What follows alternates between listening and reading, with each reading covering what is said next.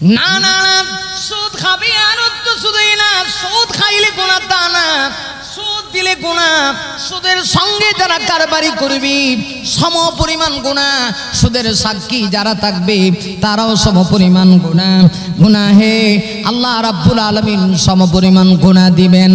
অর্থাৎ সুদের সঙ্গে লেনদেন করা যাবে না, সুদের সাক্ষী থাকা যাবে না, সুদ খাওয়া যাবে না, সুদ নেওয়া যাবে না, এক কথায় সুদের সঙ্গে কোনো সম্পর্ক রাখা যাবে না। না না না, এই দুনিয়ার জীবনে যারা সুদ খাবি কিয়ামতের কঠিন ময়দানে আল্লাহ রাব্বুল আলামিন তাদেরকে এমন ভাবে দাঁড় করাবেন হাসরের মাঠে, যেমন একটা মানুষ উন্মাদ যেমন হয়ে যায়, পাগল হয়ে যায়, হাসরের মাঠে ওরা পাগল অবস্থায় ময়দানে মাহাসরে আল্লাহর সামনে দাঁড়াবে। শয়তান তার গায়ে স্পর্শ করি এমন ভাবে তাকে পথ হারা করে দিয়েছে। এই অবস্থায় যদি কোনো মানুষ হাসরের মাঠে দাঁড়ায়, আমার ভাইরা তার অবস্থাটা কেমন হতে পারে? ভাইরা আমার, এই জন্য আমি আপনাদের সামনে একটি ঘটনা উল্লেখ করতে চাই। এক ব্যক্তি নাম ছিল হাবিব। নাম ওই হাবিব ব্যক্তি, হাবিব তার নাম, তার পেশা ছিল সুদের ব্যবসা করা, সুদের সঙ্গে লেনদেন করা। এত বেশি সুদ দিত, কোনো মানুষ যদি তার কাছে এসে টাকা চাইতো, পয়সা চাইতো, সে দিত না, কর্জে হাসানা দিত না। অথচ কর্জে হাসানা দেওয়ার মধ্যে অনেক সওয়াব। একজন মানুষ যদি বিপদে পড়ে যায়, আপনি যদি কর্জে হাসানা দিয়া ওই বিপদ থেকে যদি আপনি উদ্ধার করতে পারেন গো, কিয়ামতের কঠিন ময়দানে আল্লাহ রাব্বুল আলামিন উহুদ পাহাড় সমপরিমাণ সওয়াবের বদলা আল্লাহ আপনাকে দান করবে। কিন্তু না, হাবিব, ওই ব্যক্তি হাবিব নামের ব্যক্তিটা সুদ ছাড়া লোকদের সঙ্গে তার কোনো লেনদেন ছিল না। বিপদে পড়ে কেউ আসলে বলতো, ঠিক আছে আমার কাছ থেকে টাকা নিয়ে যাও, বিনিময়ে আমাকে তুমি লাভ দিবে, যেটা আমাদের সমাজের মানুষ ইন্টারেস্ট বলে খায়। লাভকে ইন্টারেস্ট বলে, সুদের টাকা অতিরিক্ত যে টাকাটা নেই লাভ নেই, মানুষকে যে ওইটাকে ইন্টারেস্ট বলে। ইন্টারেস্ট বলে তো সুদের টাকা হালাল হয় না। আমার ভাইরা সুদ তো হারাম, আমার ভাইরা সুদ তো হারাম, যেটা আল্লাহ হারাম করেছেন এই পৃথিবীর কেউ এটা হালাল করতে পারে না। ওই যে হাবিব, যে ব্যক্তির নাম হাবিব, ওই লোকের কাছে এক লোক বিপদে পড়েছে, ডাক দিয়া কয়, ভাই রে আমাকে তুমি একটু টাকা দাও, আমাকে একটু সহযোগিতা করো, বিপদে পড়েছি, পরিবার চলতেছে না, ঠিক আছে আমার কাছ থেকে টাকা নিয়ে যাও, তবে আমাকে লাভ দিবা, মাস গেলে লাভ দিতে হবে, 10,000 টাকা আমি তোমাকে দিব। 1 বছর পরে এটা অন্তত 10 গুণ করে বেড়ে যাবে। এবার চিন্তা করে দেখেন, 10 গুণ করে যদি 10,000 টাকায় বাড়ে, 1 বছরে তো অনেক টাকা হয়ে যায়। আস্তে আস্তে দেখা যায় ওই সুদের লাভের টাকা দিতে গিয়া যে ব্যক্তি তার কাছ থেকে টাকা নিয়েছে গো, ওই লোকটার নিজের বাড়ি বিক্রি করে দিতে হয়, নিজের ঘর বাড়ি বিক্রি করে দিয়াও তার লাভ দিয়া শেষ হয় না। ভাইরা লক্ষ্য করে দেখুন, একজন গরিব মানুষ সেই হাবিব নামক ব্যক্তির কাছ থেকে যখন সুদ নিল, সুদ নেওয়ার পরে কিছুদিন যাওয়ার পরে সেই পরিমাণ টাকা তার কাছ থেকে নিচে আর 10 গুণ বেড়ে গেছে। এত বাড়ছে কেমনে দিবে, এই ভয়ে শেষ পর্যন্ত নিজের বাড়ি সে ছেড়ে দিয়েছি। হাবিব লোকটা এত নিষ্ঠুর, সুদের টাকার জন্য তার বাড়ি পর্যন্ত চলে গেছে। গিয়া দেখে তার কাছ থেকে যে ব্যক্তি সুদ নিয়েছে লোকটা বাড়িতে নাই। লোকটাকে যখন পায় না, না পাওয়ার পরে সে তার স্ত্রীকে ডেকে ডেকে বলে, তোমার স্বামী আমার কাছ থেকে সুদের টাকা নিয়েছে, টাকা দাও, আর না হয় তোমার বাড়ি আমার নামে লিখে নিয়ে যাব। তখন ওই মহিলা কান্না শুরু করে দিয়েছি, না আমরা বড় গরিব, আমরা বড় অসহায়, আমাদের বাড়িটা নিয়ে যাও না, কিছুদিনের ভিতরে চেষ্টা করব আমরা যে কোনো ভাবে তোমার টাকাটা আদায় করে দিতে, কিন্তু আমরা কেমনি দিব গো, আমার স্বামী তো অসহায়, আমার স্বামী তোমার কাছ থেকে টাকা আনার পরে তোমার কর্জের তোমার টাকা নাই তো দিতে পারে না, তো কর্জের টাকা নাই, টাকাটাই তো দিতে পারে না, তোমার আসল টাকা দিতে পারে না, অতিরিক্ত লাভ সুদের টাকা কেমনে দিবে। এই কথা শোনার পরই ওই লোকটার একটুকু দয়া মায়া হয় না। মহিলা ডাক দিয়ে বলে, দেখো আজকে আমাদের পরিবারে 3 দিন হয়ে গেছে চুলায় আগুন ধরে না, 3 দিন হয়ে গেছে খাবারের ব্যবস্থা নাই, আমরা কেমনে খাবো। এই যে কয়েকজনের বাড়ি থেকে ঈদের টাইম গিয়েছি, একটু কষ্ট করে ভিক্ষা করে করে 1 কেজির মতো আমরা গোস্ত নিয়ে আসছি, কিন্তু এই গোস্তটা যে রান্না করব, পরিবারের চুলায় যে আগুন জ্বালাবো, লাকড়ি পর্যন্ত নাই। লাকড়িতে যে একটু কেরোসিন তেল দিব সেই সুযোগটা নাই। তোমাকে কেমনে টাকা দেই? আমাদেরকে সুযোগ দাও। না, সুযোগ দেওয়া হবে না। তাহলে কি করতে চাও?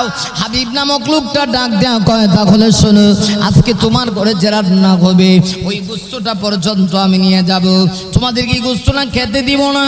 একটু চিন্তা করে দেখেন তখন ওই মহিলার অবস্থা কি হতে পারে। মহিলা তখন হাউমাউ করে কেঁদে দিল, চোখের পানি ছেড়ে দিয়া মহিলা কান্না করতে শুরু করে দিয়েছে। মহিলা ডাক দেয়া কয়, হায় হায় রে, আমার এখন কি হবে?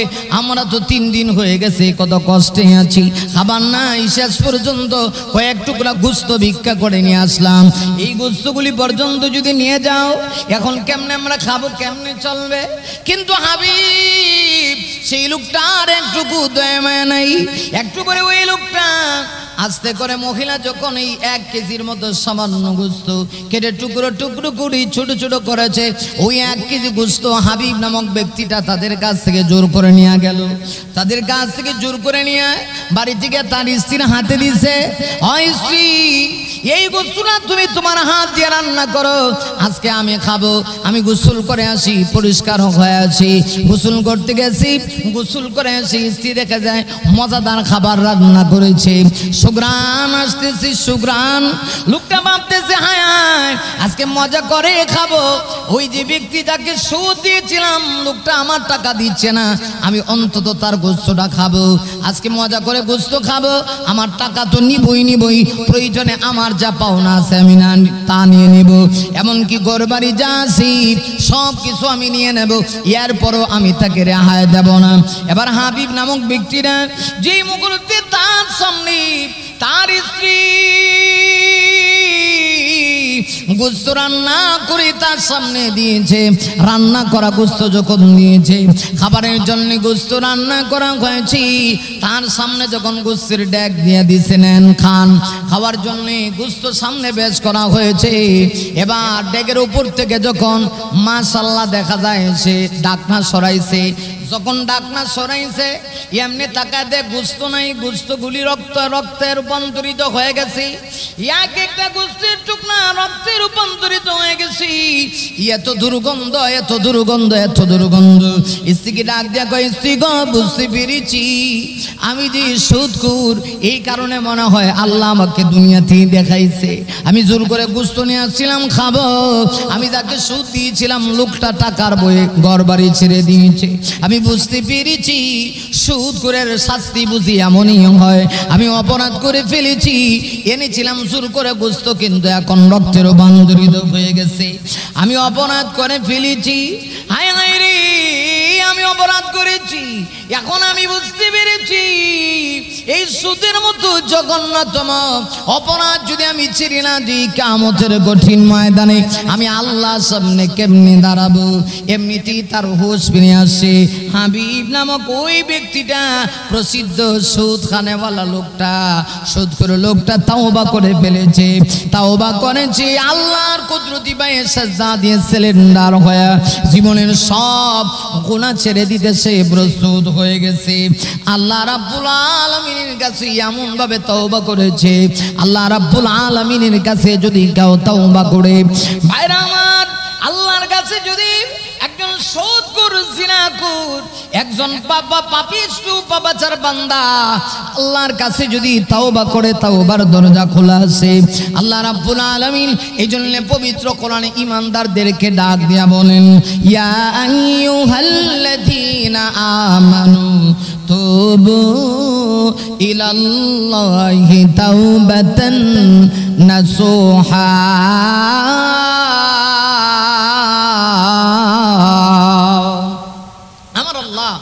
পৃথিবীর ইমানদারদেরকে ডাকতে বলেন, হে ইমানদারেরা, তুবু ইলাল্লাহ। আমার ভাইয়েরা, আল্লাহ রাব্বুল আলামিন বলেন, তোমরা আমি আল্লাহর কাছে তাওবা করো। সুদ খেয়েছো, আমি আল্লাহর কাছে ফিরে এসো। গুনাহ করেছো, আমি আল্লাহর কাছে ফিরে এসো। জিনা করেছো, আমি আল্লাহর কাছে ফিরে এসো। কোনো অপরাধ করেছো, আমি আল্লাহর কাছে ফিরে এসো। যদি আল্লাহর কাছে কেউ ফিরে আসে, যত বড় গুনাহগার হোক, আল্লাহ রাব্বুল আলামিন বলেন আমার ভাইরা, সে যদি তাওবাতুন নাসুহা খালিস ভাবে যদি আল্লাহর কাছে তওবা করতে পারে, তওবার কিন্তু 3টা শর্ত রয়েছে। কয়টা শর্ত? 3টা শর্ত।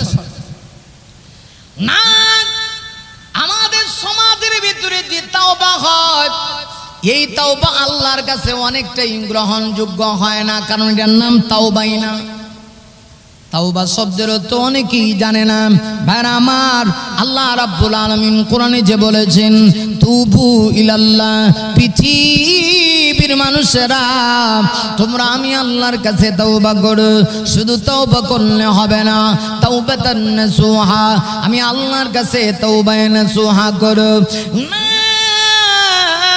তওবা যদি খালেস না হয়, তওবায়ে নাসুহা যদি না হয়, আল্লাহ রাব্বুল আলামিন এটা কবুল করবে না। আমার ভাইরা, এজন্য শুন, তওবায়ে নাসুহা কাকে বলা হয়? তাফসীরের কিতাবের ভিতরে তানবী রাহমাতুল্লাহ আলাইহি তাফসীর বায়ানুল কোরআনের ভিতরে উল্লেখ করেছেন, তওবায়ে নাসুহা হলো এমন তওবাকে বলা হয় যার ভিতরে 3টা গুণ থাকবে। কয়টা? কোন ব্যক্তি যদি গুনাহ করে, গুনাহ করার পরে সে যদি তওবা করে, সেই গুনার উপরে সে তওবা করবে, আমার ভাইরা, সর্বপ্রথম ওই গুনাহটাকে ছেড়ে দিতে হবে, ছেড়ে দিতে হবে না। আমাদের সমাজের ভিতরে এমন অনেক লোক আছে গো, সেই গুনাহ করে ওই গুনাহ ছাড়ে না, এই অবস্থায় আল্লাহর কাছে তওবা করে। আল্লাহর নবী বিশ্বনবী রাহমাতুল লিল আলামিন বলেছেন, ওই লোকের তওবা আল্লাহর দরবারে কবুল হয় না। যে ব্যক্তি তওবা করে অথচ যে গুনাহ করেছে ওই গুনাহ ছেড়ে দেয় না। ভাইরা আমার, তাওবায়ে নাসুহা বলা হয় ওই তওবার নাম যার ভিতরে 3টা গুণ থাকবে। 1 নাম্বার, আপনি যে গুনাহ করেছেন এই গুনাহ আপনাকে ছেড়ে দিতে হবে। সেই গুনাহের উপর লজ্জিত হইয়া আপনি আল্লাহর কাছে তওবা করতেছেন, আমার ভাইরা, ওই গুনাহ আপনাকে ছেড়ে দিতে হবে। 2 নাম্বার, আপনি সেই গুনাহর জন্য আল্লাহর কাছে তওবা করতেছেন, এই গুনাহ ভবিষ্যতে করবেন না, এই ইরাদা আপনাকে করতে হবে।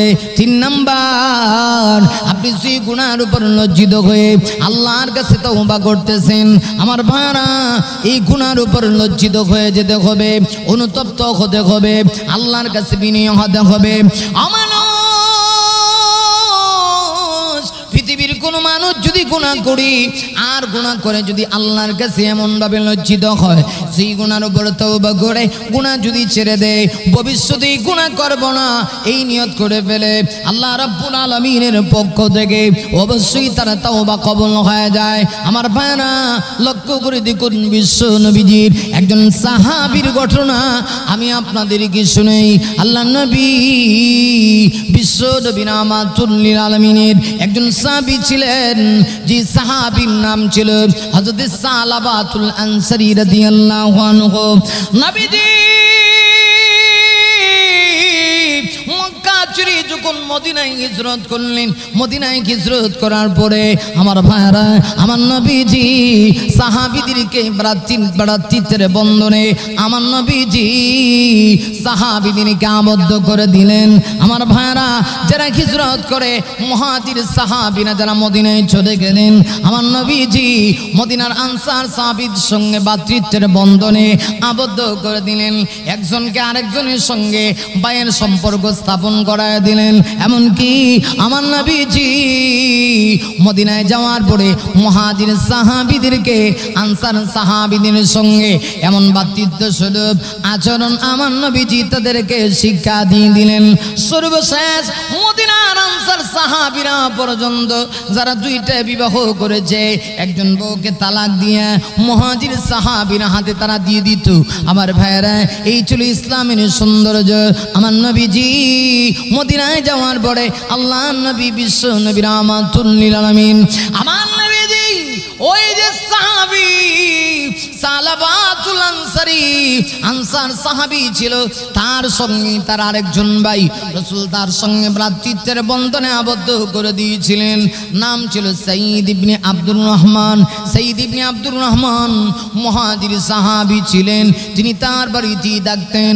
আমার ভাইরা, সাঈদ ইবনে আব্দুর রহমানের স্ত্রী ছিল খুব সুন্দরী সালাবার হাতে তিনি তার স্ত্রীকে যুদ্ধে যাওয়ার সময় তার ভাই হিসাবে তার কাছে আমানত দিয়ে গেলেন, বাইরে সাবধান, আমার স্ত্রীকে তুমি দেখাশোনা করবে, আমি তোমাকে দায়িত্ব দিয়ে গেলাম, আর আমার স্ত্রী যেন অন্যায় কোনো কাজে জড়িত না হয়, সব কিছু তোমার কাছে আমানত আমি দিয়ে গেলাম। ভাইরা আমার, সাঈদ ইবনে আব্দুর রহমান সালাবার কাছে তার স্ত্রীকে আমানত দিয়ে গেলেন। যুদ্ধের টাইম চলে আসলো, আমার নবীজি ওই সাহাবীকে যুদ্ধে নিয়ে গেলেন, তিনি যুদ্ধে চলে গেলেন। ওই দিক দিয়ে সাঈদ ইবনে আব্দুর রহমান, আমার ভাইরা লক্ষ্য করে দেখুন, সে যে তার স্ত্রী রেখে গিয়েছিল, সালাবা তার স্ত্রীকে দেখাশোনা করে সে পর্দার ভিতরে থাকে। কিন্তু হঠাৎ করে একদিন শয়তান ধোঁকা দিয়ে দিয়েছে। শয়তান ডেকে ডেকে বলে, সালাবা তুমি কি সাঈদের স্ত্রীকে দেখেছ? শয়তান প্রবচনা দিচ্ছে, তুমি তো তাকে দেখো নাই, একই বাড়িতে দেখো, অথচ তার স্বামী আজকে বাড়িতে নাই। হ্যাঁ সালাবা, তুমি জানো না তার স্ত্রী কত সুন্দর, তুমি তার হাতের মধ্যে একটা বার ধরে দেখো, একটা বার তার চেহারার দিকে তাকায় দেখো, তুমি তার প্রেমে বিভোর হয়ে যাবে, এত সুন্দর। মারা যে মুহূর্তে শয়তান ধোঁকা দিয়েছে, মনে রাখবেন শয়তান কিন্তু মানুষের প্রকাশ্য দুশমন। আমার ভাইরা, এই কথা আমার না, আল্লাহ পবিত্র কোরআনের ভিতরে বলেন, ইয়া আইয়ুহাল্লাযীনা আমানু উদখুলু ফিস-সিলমি কাফা ওয়ালা তাত্তাবিউ খুতুওয়াতিশ শাইতান ইন্নাহু লাকুম আদুউম মুবিন।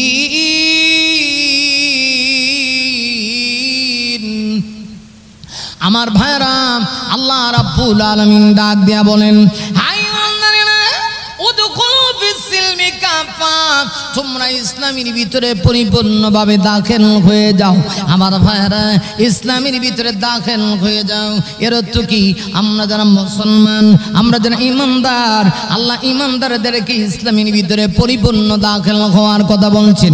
এতে বোঝা যায় ইমানদার বলে দাবি করলেই প্রকৃত মুসলমান হওয়া যায় না। ইমানদার বলে দাবি করলেই ইসলাম পরিপূর্ণ মানা হয় না। ইসলামের আইন অনুযায়ী জীবন যাপন করতে হয়। এই জন্য তাফসীরে কারকগণ লেগেছে, একজন ইমানদার সে যখন ইমানদার বলে দাবি করবে, মাথা থেকে নিয়ে পা পর্যন্ত শরীরের প্রত্যেকটা অঙ্গ প্রত্যঙ্গ সে আল্লাহর আইন অনুযায়ী পরিচালনা করবে, তবে হবে ইসলামের ভিতরে পরিপূর্ণ দাখিল করা। ভাইরা আমার, এরপরে আল্লাহ রাব্বুল আলামিন বলেন, ওয়ালা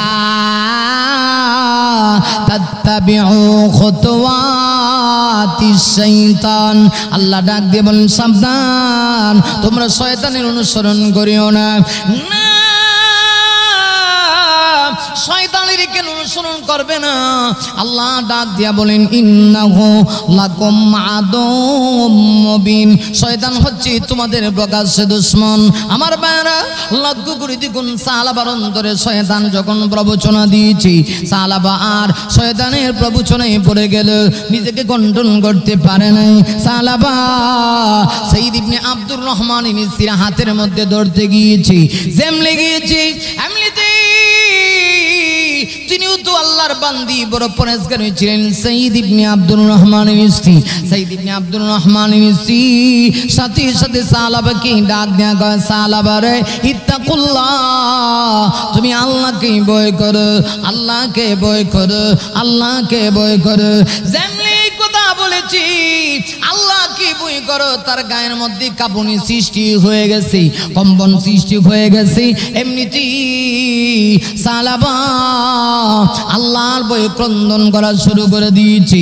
সাঈদের স্ত্রী ডাক দেয়া কয়, সালাবারে আমরা যে গুনার কাজে লিপ্ত হতে চাই, তুমি যে তোমার প্রতি আমাকে আকর্ষণ করতে যাচ্ছ, তুমি কি জানো না এই পৃথিবীর কেউ দেখুক আর না দেখুক, আমার আল্লাহ দেখে। আল্লাহকে ফাঁকি দিতে পারবে নাকি? না না না, আল্লাহকে ফাঁকি দেওয়া যাবে না। যে মুখরতি কথা শুনেছি এমনিতেই দেখা গেছে সালাবা নরম হয়ে গেছে। সালাবা চোখের পানি ছেড়ে দিয়ে কান্না করে, ওগো প্রভু আমি বড় গুনাহগার হয়ে গিয়েছি। আল্লাহ আমি গুনাহগার, তুমি গফফার। আল্লাহ আমি গুনাহগার, তুমি সাত্তার। আল্লাহ আমি গুনাহগার, তুমি জব্বার। আল্লাহ আমি গুনাহগার, তুমি রহমান। আল্লাহ আমি গুনাহগার, তুমি রহিম। আমার ভাইরা এইভাবে করে যখন কান্না শুরু করে দিয়েছি, একটা পাহাড়ের নিচে গভীর গর্ত ছিল, দৌড় মেরে পাহাড়ের নিচে গিয়া দুইটা হাত বাড়ায় দিয়ে সালাবা কান্না করে, আল্লাহ আল্লাহ গো আব্রু, এই পৃথিবীর সবাই আমাকে ছেড়ে দিতে পারে, কিন্তু তুমি তো পারো না। আল্লাহ তুমি যদি তাড়ায় দাও কোথায় যাব? দুনিয়াতে দেখেছি একটা সন্তান যদি অপরাধ করে বাইরা করে থাকতে দেয় না, পাড়া প্রতিবেশী করে থাকতে দেয় না, আমার মায়েরা বন্ধু বান্ধব করে থাকতে দেয় না। সালাবা ডাক দেখো আল্লাহ, কিন্তু একটু সন্তান যদি তার মায়ের কাছে অপরাধ করে, যেই মুহূর্তে সন্তান তার মা কি ডাক দেখো, মা গো ও মা আমি তোমার কাছে এসেছি, তুমি কি তাড়ায় দিবানি? মা দুঃখিনী, সন্তান কি তাড়ায় দিয়া পারে না, মা তার সন্তানকে বুকে জড়ায় নেয়। আল্লাহ আমি জানি আল্লাহ তোমার বান্দার প্রতি কোটি কোটি গুণে মহাব্বত বেশি। আব্রু তুমি যদি তোমার বান্দাকে তাড়ায় দাও, তোমার বান্দা কোথায় যাবে? কার কাছে যাবে? আল্লাহ যাওয়ার কোনো জায়গা নেই, আল্লাহ যাওয়ার কোনো জায়গা নেই। প্রভু তুমি তারে দিও না। এইভাবে যখন কান্না শুরু করে দিয়েছি, আমার ভাইরা খানা পিনা সব কিছু ছেড়ে দিয়েছে। ওই দিকটা লক্ষ্য করে দেখুন, লক্ষ্য করে দেখুন, সালাবাতুল আনসারীর একটা মেয়ে ছিল। মেয়েটা যখন খবর শুনেছে, মেয়েটা রাগ করে বলতে আছে, আমি আজকের পর থেকে আমি আমার আব্বাকে আব্বা বলে ডাকবো না, এবং বাবিষ্টু বাবার পরিচয় আমি দিতে চাই না। জি বাবা আমার মাকে রেখে অন্য জনের সঙ্গে অপকর্ম করতে চায়, আমি আমার বাবাকে আর আব্বা বলে ডাকবো না। ভাইরা আমার তিনি তো তওবা করতে আছেন, ঘর বাড়ি ছেড়ে দিয়েছে, খানা পিনা বন্ধ করে দিয়েছে। ভাইরা আমার লক্ষ্য করে দেখুন, ওই দিক দিয়ে সাহাবী সাইয়্যিদ ইবনে আব্দুর রহমান যিনি যুদ্ধ শেষ করে মদিনার আঙ্গিনায় প্রবেশ করলেন। সাইয়্যিদ ইবনে আব্দুর রহমান মদিনায় ঢুকি যখন খবর পেয়েছি দৌড়ায় বাড়িতে গেলেন। বাড়িতে গিয়া সব ঘটনা যখন শুনতে পারলেন, সাইয়্যিদ ইবনে আব্দুর রহমান বুঝতে পেরেছি আসলে শয়তান ধোঁকা দিয়েছি, কিন্তু সে তো নিজেকে আল্লাহর ভয়ে গুটিয়ে নিয়েছে। এবার তিনি তার স্ত্রীর কাছ থেকে খবর পেয়ে সন্ধান পেয়ে এবার তার ভাই সালাবকে আনার জন্য সাইয়্যিদ ইবনে আব্দুর রহমান ওই পাহাড়ের কাছে গেলেন। পাহাড়ের কাছে গিয়ে দেখে চোখের পানি ছেড়ে দিয়ে কান্দে। এমনিতেই সাইয়্যিদ ইবনে আব্দুর রহমান সালাবাকে ডেকে ডেকে বলে, সালাবারে আর কান্দিও না, আর কান্না করা লাগবে না। হ্যাঁ সালাবা আর কান্দতে হবে না, কেন দরকার নাই, আল্লাহ রাব্বুল আলামিন তোমাকে মাফ করে দিবে। তুমি আল্লাহর কাছে মাফ চাও, এভাবে চাইতে দেখো চাইতে দেখো, এমন একদিন আসবে আল্লাহ তোমাকে ক্ষমার ঘোষণা দিয়া নবীর উপরে কোরআনের আয়াত নাযিল করবে। ওই দিক দিয়ে আমার নবী বিশ্ব নবীজি মদিনায় এসে মসজিদে নববীতে যখন তার ব্যাপারে আমার নবীজি এই ঘটনা শুনলেন, আমার নবীজি রাগান্বিত হয়ে গেলেন। এত রাগান্বিত হয়েছে আমার নবীজি সাহাবীদের কি জানে দিয়েছে, সাহাবীরা সাবধান, সালাবা আমানতের খেয়ানত করেছি, সালাবা আসলে তোমরা কেউ তার সঙ্গে কথা বলবে না। আমার নবীজি সাহাবীদেরকে জানায় দিলেন, হে সাহাবীরা সাবধান, সালাবা যদি চলে আসে সাবধান, সালাবা আসলে তোমরা কেউ তার সঙ্গে কথা বলবে না, কারণ সে আমানতের খেয়ানত করেছে, তার সঙ্গে ওঠা বসা বন্ধ। চিন্তা করে দেখেন, একজন মানুষের সঙ্গে যদি পুরো এলাকার মানুষেরা কথাবার্তা বন্ধ করে দেয়, ওঠা বসা বন্ধ করে দেয়, সামাজিকভাবে চলাফেরা বয়কট করে দেয়, তাহলে এই লোকটার চলা এটা মারাত্মক জিনিস না? লোকটা চলতে মারাত্মক ব্যাপার সেবার, চলতে কঠিন। একজন মানুষের সঙ্গে এলাকার কোনো লোক কথা বলে না, এখন তো সাধারণ কেউ না, সাহাবীরা কথা কয়। কয় না। আল্লাহর বন্ধুই পৃথিবীর শ্রেষ্ঠ মহামানব, সাইয়্যিদুল আম্বিয়া, ইমামুল মুরসালিন, খাতামুন নবিয়্যিন, রাহমাতাল লিল আলামিন জনাবে মুহাম্মদ রাসূলুল্লাহ সাল্লাল্লাহু আলাইহি ওয়াসাল্লাম তিনি কথা বলে না, এই সাহাবীর অবস্থা কি হতে পারে? ভাইরা, সাহাবীর মনের ভিতরে শান্তি নেই। সাইয়্যিদ ইবনে আব্দুর রহমান ডাক দিয়া কয়, সালাবারে এইভাবে আর কত চলবে, চলো বাড়িতে যাই। কোনা যাবো না, আমি শুনেছি আমার মেয়ে আমাকে বলেছে আর কোনোদিন আব্বু বলে ডাকবে না, আমি আর বাড়িতে যাইতে চাই না, আমি কি করব বলো? আল্লাহ যে আমাকে মাফ করেছি, গুনাহ মাফ করবি কিনা আমি কিভাবে জানবো? এমনিতে সাইয়্যিদ ইবনে আব্দুর রহমান বলে, নবী দরবারে চলে যাও। সাহাবী ডাক দিয়া কয়, আমি যে যাব আমার ভয় হয়, আমার সাহসই কুলায় না, আমি রাসূলের দরবারে যাব। আল্লাহ নবীজি আমার সঙ্গে কথা বলেন কিনা আমি জানি না। নবীর দরবারে যাওয়ার পরে নবীজি নাকি আমার দিক থেকে আবার চেহারা ফিরে আনে। রাসূল যদি চেহারা ফিরে আনে, চেহারা গোছায় নেই, কিয়ামতের কঠিন ময়দানে আমি আল্লাহর সামনে কেমনে দাঁড়াবো? কারণ সাহাবীরা ছিল সত্যিকারের নবীর আশিক, নবীকে তারা প্রাণ দিয়া কলিজা দিয়া আল্লাহ নবীকে ভালোবাসতো। আমার ভাইরা, নবীকে ভালো না বাসলে তো রাসূলের সঙ্গে জান্নাতে যাওয়া যাবে না। আমার নবী বিশ্ব নবীজি, এই জন্য হাদিস শরীফের ভিতরে আমার নবী বলেছেন, আলমান উমামান আহাব্বা ইয়াউমাল কিয়ামা। উম্মত শোনো, আমার নবীজি বলে দিয়েছেন দুনিয়াতে যে যাকে ভালোবাসবে হাসরের মাঠে তার সঙ্গে তার হাসর হবে। ভাইরা, লক্ষ্য করে দেখুন, লক্ষ্য করে দেখুন, লক্ষ্য করে দেখুন, রহমতের নবী এবার তার উপরে সন্তুষ্ট হয়ে গিয়েছে। সাহাবী বড় আফসোস করে, আমি নবীর সামনে কেমনে যাই? নিরুপায় হয়ে শেষ পর্যন্ত নবীর দরবারে হাজির হয়েছে। নামাজ শেষ, আমার নবীজি সাহাবীদেরকে নিয়ে গোল হয়ে বসেছে। হযরত সালাবাতুল আনসারী আমার নবীর সামনে গিয়ে হাজির হয়েছে। যেই মুহূর্তে আমার নবীর সামনে গিয়ে হাজির হয়েছে, আমার নবীর সামনে গিয়ে হাজির হইয়া নবীর কাছে গিয়ে সালাম দেয়। রাসূলের চেহারা ডান দিকে ফিরানো ছিল, নবীজি রাগান্বিত হইয়া বাম দিকে চেহারা ফিরিয়ে নিয়েছে। সাহাবী চোখের পানি ছেড়ে দিয়ে কান্না শুরু করছে। রাহমাতুল লিল আলামিন আমার উপরে সন্তুষ্ট হয়ে গেছে। সাহাবী আল্লাহকে ডাক দিয়া কয়, প্রভু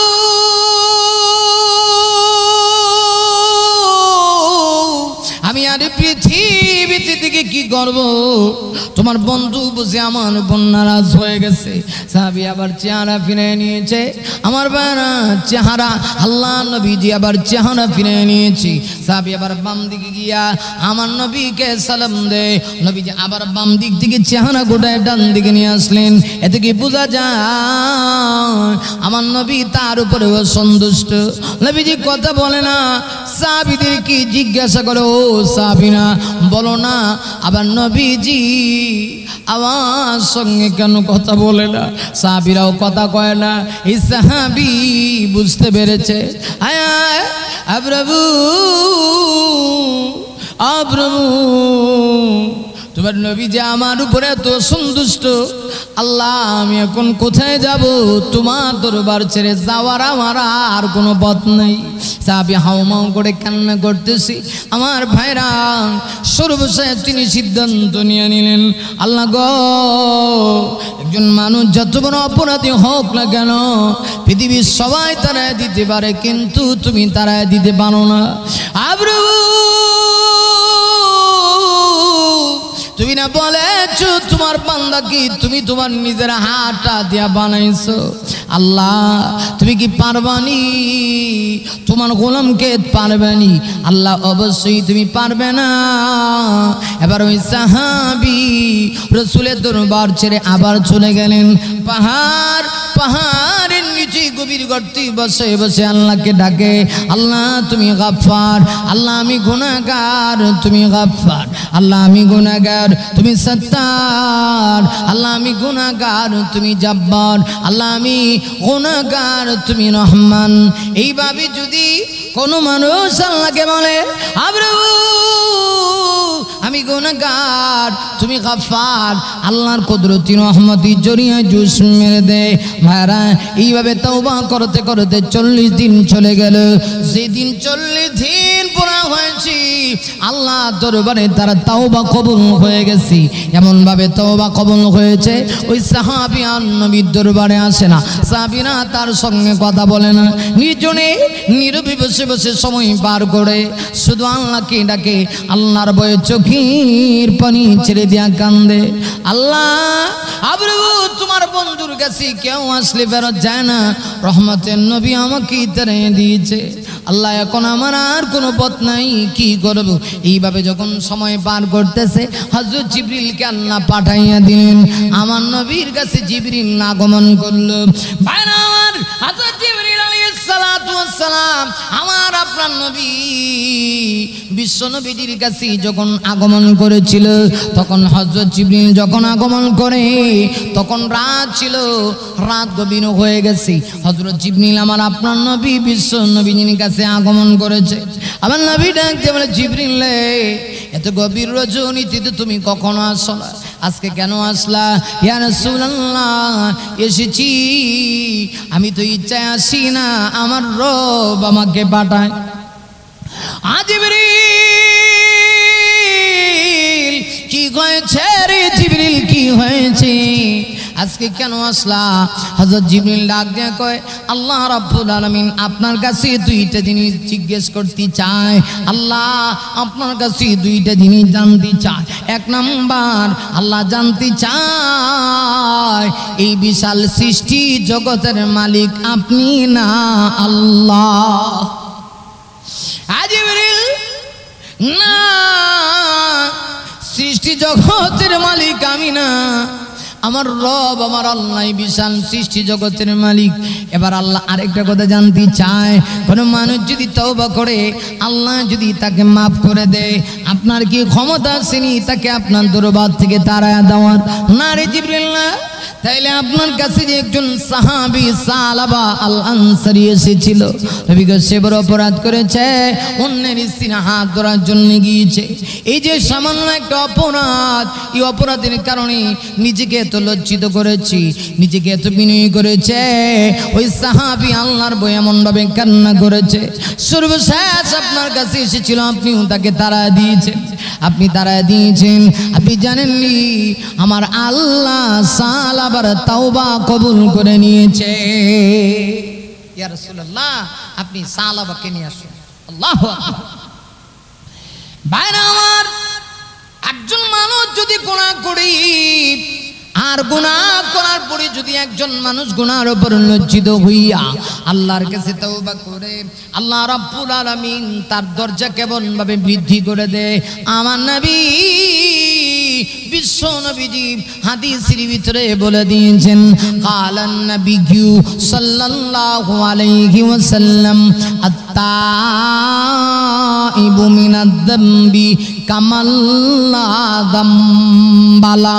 আল্লাহ নবী বলেন, কোন মানুষ যদি গুনাহ করে আর গুনাহের উপরে তওবা করে, গুনাহ করার পরে যদি তওবা করে, ওই ব্যক্তি যদি গুনাহ করে জীবনের গুনাহের উপর লজ্জিত হইয়া ওই ব্যক্তি যদি খালিস ভাবে তওবা করে ফেলে গো, আবার নবী বলেছেন কামাল্লা যামবালা, যেমন সে গুনাহ করে নাই।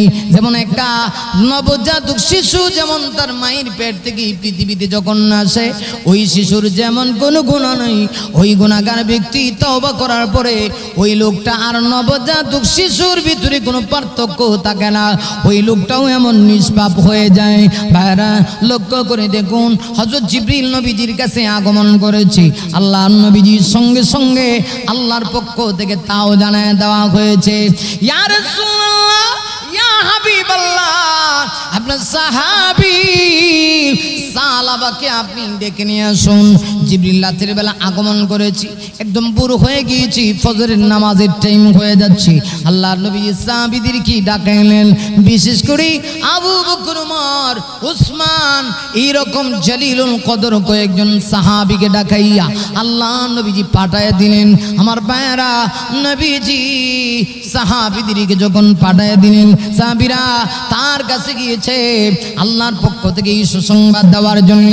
আর নবীর দরবারে তাকে নিয়ে আসার জন্য তার বাড়ির সালতের ভিতরে ওই সাহাবীকে নেওয়ার জন্য সে নিয়ে আসার জন্য যখন সাহাবীরা গেল আমার ভাইয়েরা সাহাবীরা বলেন আমরা যে মুহূর্তে গিয়েছি ঠিক সেই সময় এমন রাত শেষ হয়ে যাচ্ছে ওইদিকে আজান হয়ে গেছে মসজিদে নববীতে আমরা তাকে তালাশ করে পাই না গো হঠাৎ করে গিয়ে দেখি পাহাড়ের নিচে গভীর জঙ্গল আশেপাশে কেউ নেই আল্লাহর সৃষ্টি জগতের দানব ছাড়া আর কেউ নেই এখানে এসে একা একা পাহাড়ের নিচে গভীর করতে বসে বসে এমন ভাবি তাওবা করা শুরু করে দিয়েছে অথচ তোমার তার কাছে গিয়ে ডাক দিয়া কই বাইরে সালাবা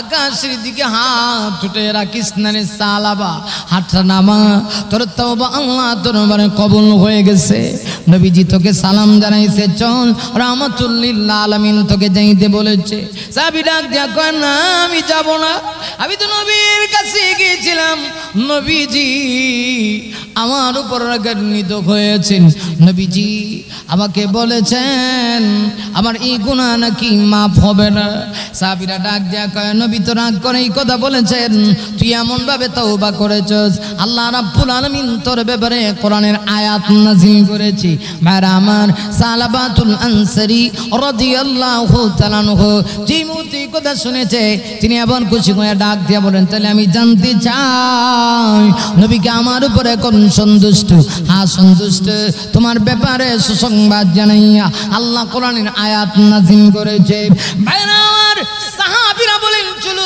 তোমাকে নিয়ে যায় রাহমাতুল লিল আলামিনের দরবারে বিশ্ব নবী রাহমাতুল লিল আলামিনের দরবারে যখন নিয়ে যাওয়া হলো আল্লাহর রাসূল সাহাবীরা বলেন আমরা গিয়ে দেখি নবীজি নামাজে দাঁড়ায় গেছেন 2 রাকাত ফজরের নামাজের 1 রাকাত শেষ হয়ে গেছে দ্বিতীয় রাকাতে আমরা গিয়ে নবীজির পিছনে দাঁড়াইছি ওই সাহাবীও দাঁড়াইলেন আমার নবীজি দ্বিতীয় রাকাতে সূরা ফাতিহার সঙ্গে আমার নবীজি সূরা আলাম নাশরাহ লাকা এই সূরাটা আমার নবীজি তেলাওয়াত করেন আলাম নাশরাহ লাকা সাদরাক ওয়া ওয়াদানা আনকা বিজরাক মেরা যে মুহূর্তে নবীজি এই সূরা তেলাওয়াত করতেছি হঠাৎ করে সাহাবীরা শুনতে পায় নামাজের ভিতরে কেমন জানি একটা বিকট আওয়াজ শোনা যায় বিকট আওয়াজের চিৎকার শুনে সাহাবীরা আশ্চর্য হয়ে গেছে কিছুক্ষণের ভিতরে নামাজ শেষ আমার নবীজি বললেন সাহাবীরা কি হয়েছে একজন সাহাবী কয় নবী গো আপনার সাহাবী সালাবা দুনিয়াতে নাই যে মুহূর্তে নামাজ এসে দাঁড়াইছে আপনি যে মুহূর্তে সূরা মিলাচ্ছেন ওই সাহাবী একটা বিকট আওয়াজ দিয়া নামাজের মধ্যেই তো মসজিদে পড়ে গেছে আবার নবীজি সাহাবীদেরকে ডেকে ডেকে বলেন সাহাবীরা রে আমার সাহাবীর বুকের ভিতরে হাত দাও হাত দিয়ে দেখো রূহ কি এখনো আছে না চলে গেছে যেমনি হাত দিয়েছি সাহাবীরা কয় নবী গো রূহ আর নাই নাই নাই গো নবীজি নাই যেই মুহূর্তে আমার নবীজি কথা শুনেছেন আমার নবী পর্যন্ত চোখের পানি ছেড়ে দিয়েছে ওই দিক দিয়ে সালাবার মেয়ে দৌড়ে এসেছে বাবার কথা শুনে এসে নবীর সামনে চোখের পানি ছেড়ে দিয়ে কয় ইয়া রাসূলুল্লাহ ও নবীজি